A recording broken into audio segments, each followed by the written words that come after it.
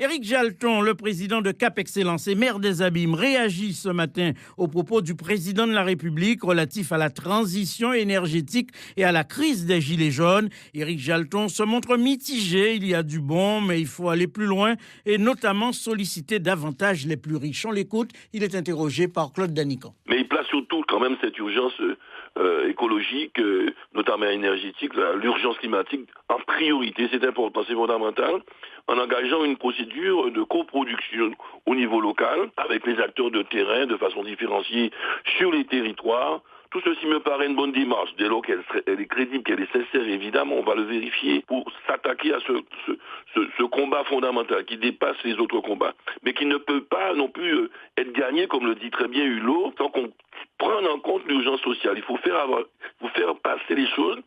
Et ce qui manque dans le discours quand même du président de la République, et c'est peut-être là son travers, et je lui ai rappelé dans mon communiqué, c'est le fait qu'il oublie. Il dit oui, il faut peut-être aider plus les pauvres, qui souffrent plus, mais en même temps, il parle jamais des riches, et des très riches même, que ceux qui ont le plus de moyens, qui vivent dans l'opulence, et qui sont les plus énergivores, puissent aussi contribuer en modifiant leur comportement, leur mode de consommation, mais aussi en participant davantage au niveau financier, donc par exemple en rétablissant l'impôt sur la fortune ou en mettant un impôt spécial pour que les plus aisés puissent contribuer à cette transition énergétique, pour que les pauvres en souffrent moins. C'est ce que j'attendais du discours du président que je n'ai pas trouvé, je le lui suggère fortement. Éric Jalton, le président de Cap Excellence et maire des Abîmes, au téléphone de Claude Danican. Les élus de Guyane ont